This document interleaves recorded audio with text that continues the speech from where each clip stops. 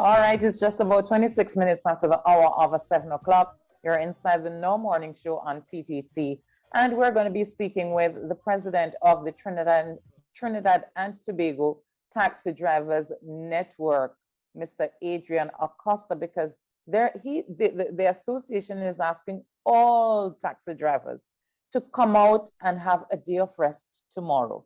So let me just invite just pause to say good morning to you, Mr. Adrian Acosta. And why are you asking taxi drivers not to work tomorrow, sir?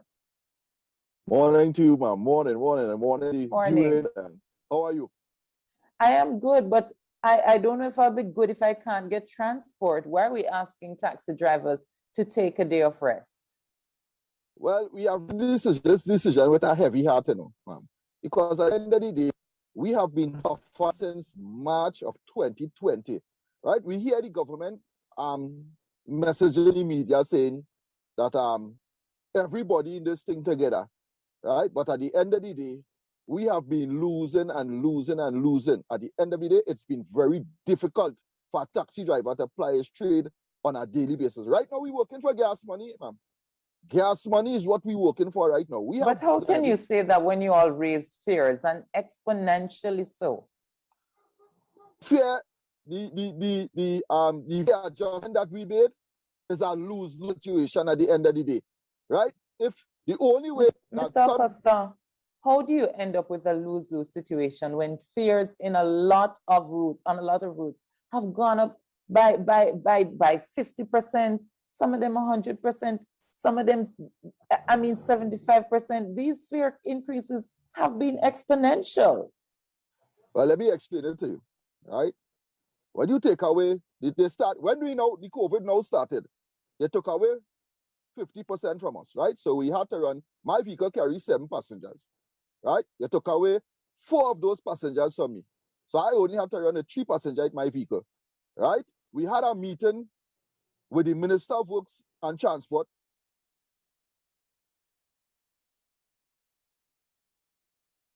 All right, Mr. Acosta seems to have the technology. He's frozen right now. Let's hope he'll unfreeze. But he did tell me before about this meeting with the Minister of Works and Transport. And the Minister of Health, Mr. Terence Diaz. We believe for the traveling public. That's our passenger to our window, right?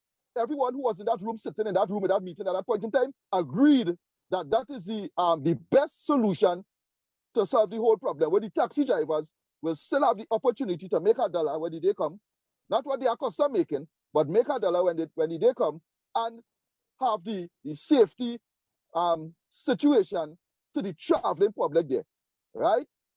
What we are disturbed about is that this time around, the government, by extension, the Prime Minister of Trinidad and Tobago, came back with the 50% capacity. That has put us even in a more detrimental position, because at the end of the day, we are... Mr. Acosta, let me ask you a question. Do you understand that when that decision was made, we weren't having 600, 500 cases per day? And that just for the month of May alone, there were over 10,000 COVID positive cases. So do you understand or appreciate that where we were then and where we are now are 2 completely different places? Yes, but we ask the question, where did we contribute to those cases? We are still seeing businesses operated with hundreds of shoppers on the outside, right? Hundreds of shoppers on the outside, right? And at the end of the day, they are not being told that they could only take in 50 shoppers a day because of the COVID-19 situation. But we have been limited to X amount of passengers that we can carry. We are asking for 100%.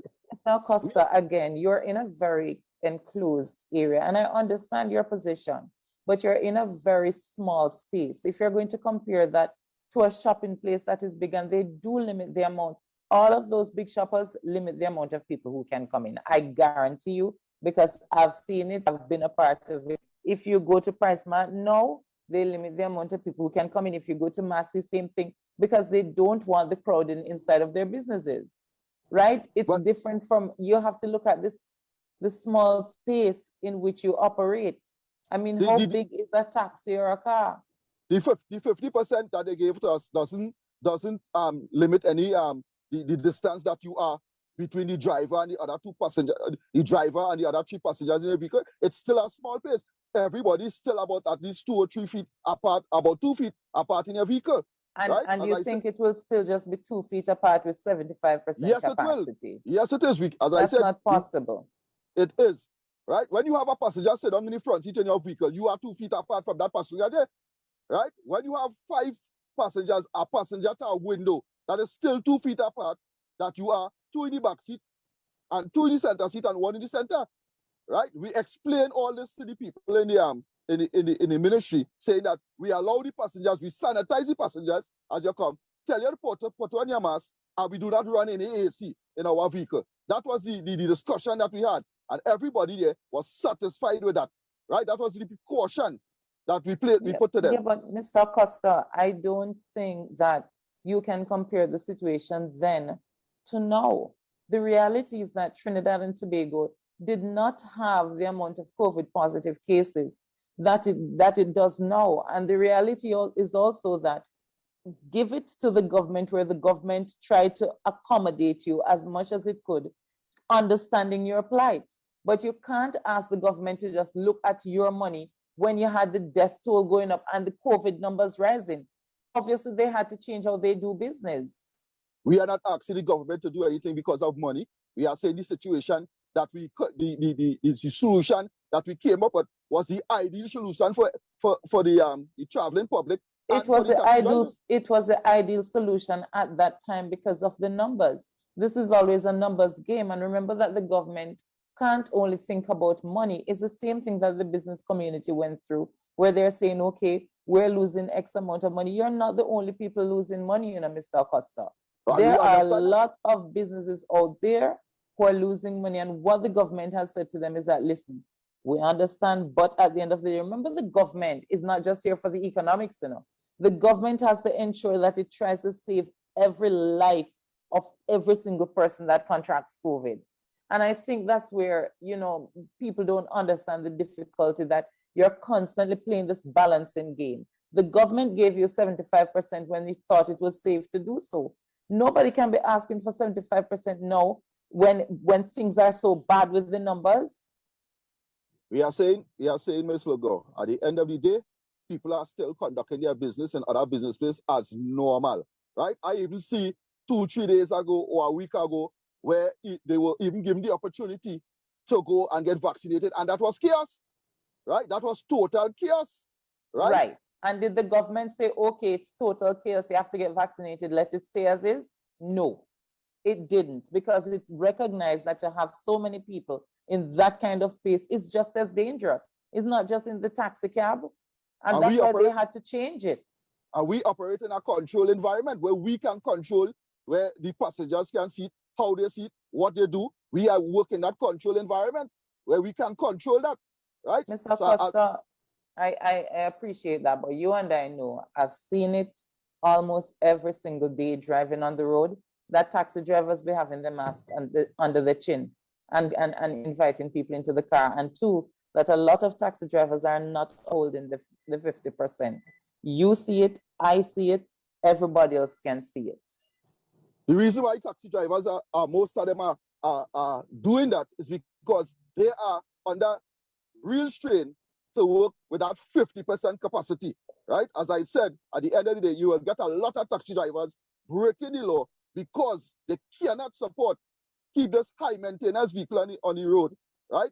And support their family and pay their bills running at 50%. We had, when we were allowed to run the 75%, we had 95% of the drivers are obeying the law by running the 75% because we had reached the decision that we can manage ourselves and manage the traveling public in a proper manner, running at the 75%. So you're saying to me that the taxi drivers can manage themselves at 75%, but they can't manage themselves at 50% with fare increases?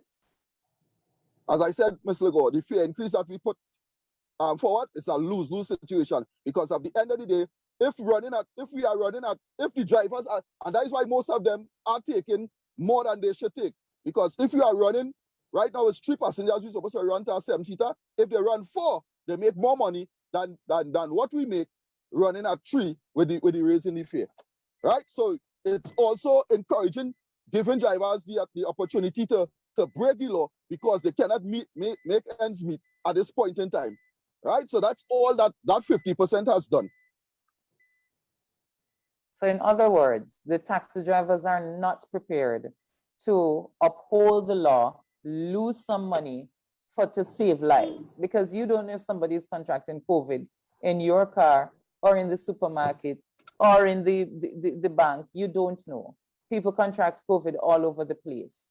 And you can't say that this person contracted it here because this person is sneezing now. We just don't know. And I think I would have appreciated if you would appreciate that this is a difficult situation. And it's not just a difficult situation for taxi drivers. A lot of businesses are closed right now, making $0 while you're still at 50%. Zero, because they're closed completely while you're at 50%. So what would you say to those people to break the law and open their stores? Well, I cannot talk on behalf of the businessmen. I am talking on behalf of taxi drivers. If the businessmen of Trinidad and Tobago is comfortable with what is going on concerning their business, that's all well and fine with them. I cannot talk on behalf of them. I am talking on behalf of taxi drivers. It's not a comfortable situation. Why can't you appreciate that? This is not a comfortable situation for the man who is making $0.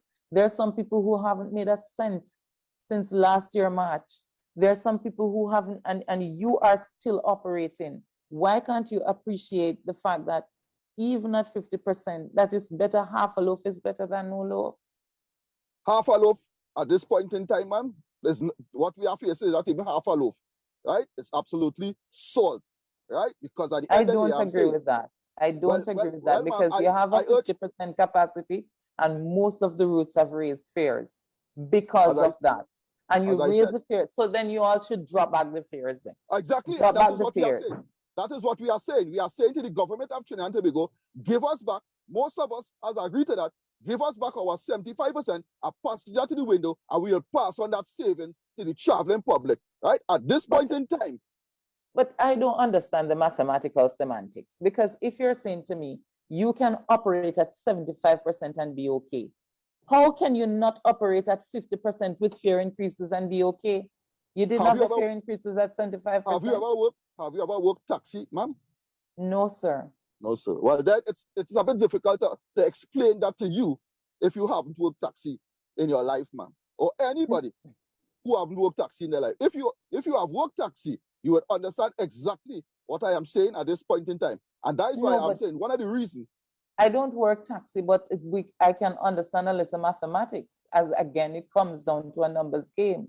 We've seen fares gone from $6 to $10. What kind of increase is that? It means that should compensate for the passenger that's missing. Because you've increased the fare so much. Let me explain something to you. I work Shogun as a San Fernando, right? We have run from last year, March, to this year, March, wrongly. Well, we raised our fare about 4 weeks now, right? We have run from last year, March, to about 4 weeks ago, running at our old fare, right? We started off running at 50%. As I said, we had a meeting with the ministry, right? Explaining to them exactly everything. They said, all right, we will give all the 75%, right? We worked with 75% for a few months, and now they send us back down to 50%, right? So we have been losing money from since that time, right? We raised our fare about 4 weeks ago from $14 to $18, right? With a heavy heart. We did not want to do that. But because of the fact that we were being monitored and drivers were being targeted, I shouldn't say targeted, were asking to empty out passengers from the vehicle when they overload, we raised the fare to assist the drivers who couldn't make it. Because we have drivers who are working vehicle for people. When you work a vehicle for somebody on a daily basis and you have to pay them, right? When you make their money and you don't make your money, how are you going to feed your family, right? That is one, right? The next part is that if we really have to balance off our budget for the day, our fare should have gone up to about $25 in order for us to balance off, right? So even the fare raise that we raise at this point in time, the $4 that we added to our fare, we are still running at a loss, right? Well, drivers are not even making $1 for themselves because they have to work to pay our owner, right? So how are those drivers feeding their family? You see, there's a lot of things outside here that the traveling public or the public at hand don't really understand about taxi work, right? And if it is that they cannot pay their owners for their bus, they will take it away and end up without a job. So that is one of the reasons that you find drivers overloading their vehicle in order to at least go with a little $25, $30 when the day comes. And right? you think the answer to all of this is to not work at all for a day? Well, if we are speaking to the persons in authority concerning the whole issue, and they are not listening to us, we want to voice our concern because we are outside here struggling as taxi drivers, right? And you're going to lose the day, so you're struggling, but you're willing to do those money for a day to prove a point. Well, we didn't work last week, 2 Saturdays ago when the government tell me we can't come out. So what is the difference, right? We were home all those days. Taxi drivers were home. So what is the difference? Is it that the government can tell you don't work and lose money, but if we stand up for something, we can't take a day off and lose money too? For our no, own well, best interest? I'm saying you came and you were talking about the fact that you're losing money, but you insist on going and lose money another day. So well, sometimes you have to lose in order to share your concern. Because as I said, there are people who are home at this point in time doing nothing. They are home right now and collecting a salary. We are outside here facing the public. I will put us at the most dangerous as far as I'm concerned. We are outside here facing the public on a daily basis. Right? Mr. Acosta, I am out of time, unfortunately. But well, it was 15 minutes and we're way over the 15 minutes. But I want to wish the taxi drivers network all the best. I hope you all don't, take a day of rest and just consider the traveling public, the people who want to move from point A to point B, and just know that the Prime Minister is correct. We're all in this together. The fact that you're not making as much money as you used to, there are some people who are making no money at all. And there are people who are making 100% of their money. And they are saying, we are all in this. Right. All right, Mr. Acosta, I have to leave it there. Thank you so much. We take a You're break welcome. and we'll be back with you. You are a blessed day. You too.